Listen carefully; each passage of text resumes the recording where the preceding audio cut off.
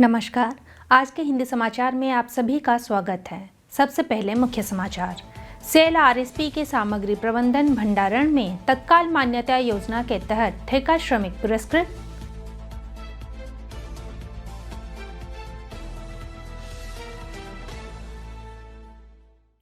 Cell RSP में 50 वर्ष से अधिक आयु के कर्मचारियों के लिए वित्तीय नियोजन पर कार्यशाला का आयोजन।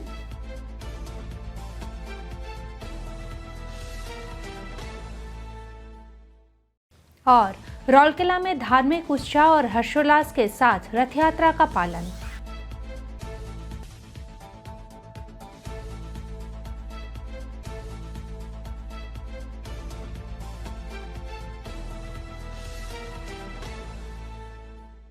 अब समाचार विस्तार से।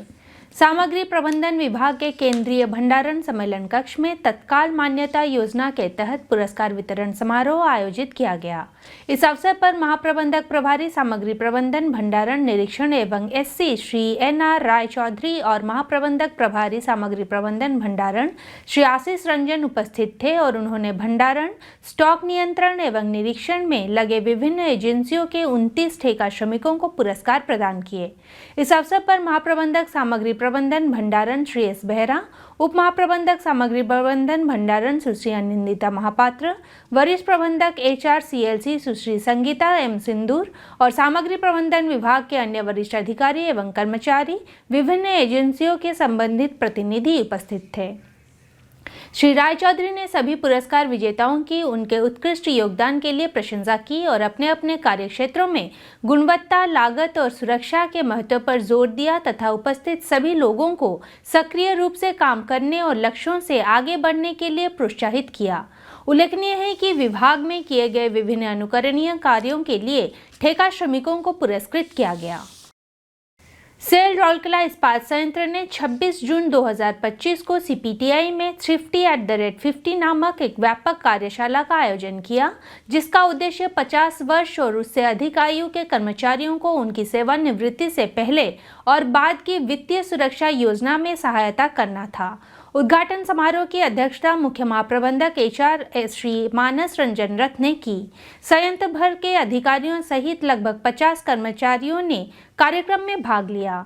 अर्ध दिवसीय कार्यशाला का उद्देश्य प्रतिभागियों को सेवानिवृत्ति की आयु तक पहुंचने से पहले अपने वित्तीय भविष्य की योजना बनने में मदद करना था, जो वित्तीय प्रबंधन के लिए एक संरचित दृष्टिकोण प्रदान करता है। निवेश और आयकर जागरूकता पर सत्र का संचालन उप महाप्रबंधक वित्त वन लेखा श्री के वर्मा द्वारा किया गया, जिन्होंने निवेश के प्रबंधन और कर निहितार्थों को समझने पर आवश्यक मार्गदर्शन प्रदान किया।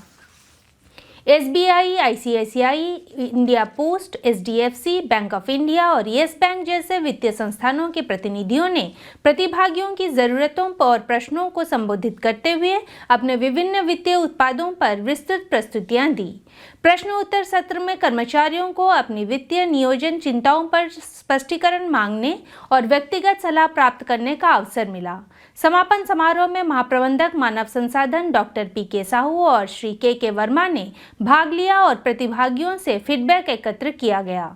श्री के वर्मा और सहायक महाप्रबंधक एचआर ईआरएनसी सुश्री ज्योति ओरिया ने कार्यक्रम का संचालन किया। 27 जून 2025 को रौलकेला के विभिन्न मंदिरों में धार्मिक उत्साह और उल्लास के साथ रथ यात्रा उत्सव का पालन किया गया। इस अवसर पर भगवान जगन्नाथ अपने बड़े भाई भगवान बलभद्र और बहन देवी सुभद्रा के साथ अपने रथ सिंहासन से उतरे और अपनी असंख्य प्रजा के पास पहुंचे। घंट घड़ियाल की ध्वनि, शंख की ध्वनि, हुलहुली की प्रतिध्वनि और भजनों के उच्चारण से गूंजते वातावरण में दिव्य त्रयी अपने गर्भगृह की सीढ़ियों से नीचे उतरे, परिचारकों की बाहों में झूमते हुए और अपने भक्तों को आनंद एवं उल्लास के माहौल में सराबोर हुए। हजारों भक्त इस दिव्य यात्रा को देखने के लिए एकत्रित हुए और विशाल रथों से जुड़ी मजबूत रस्सियों पर अपने हाथ रखे और जगन्नाथ स्वामी नयन पथगामी भवतु में मंत्र का जाप करते हुए उन्हें अपने गंतव्य तक खींच लिया। जैसा कि किंवदंती है, इस दिन भगवान जगन्नाथ अपने बड़े भाई भगवान बलभद्र और बहन देवी सुभद्रा के साथ अपनी मौसी गुंडिचा के घर जाते हैं, उनसे किए गए एक पुराने वादे का सम्मान करते हुए। तीनों वहां 7 दिनों तक रहते हैं और आषाढ़ के शुक्ल पक्ष 10वें दिन अपने दिव्य निवास पर लौट आते हैं। इस अवसर को बाहुड़ा यात्रा या वापसी रथ यात्रा उत्सव के रूप में जाना जाता है। रथ यात्रा दिव्य शासक और नश्वर प्रजा के इस अनोखे संवाद को दर्शाती है। अपने सार्वजनिक रूप से प्रकट होने के दौरान भगवान जगन्नाथ ने उन सभी की चेतना को प्रेरित और समृद्ध किया जो उनके पास आने में असमर्थ थे।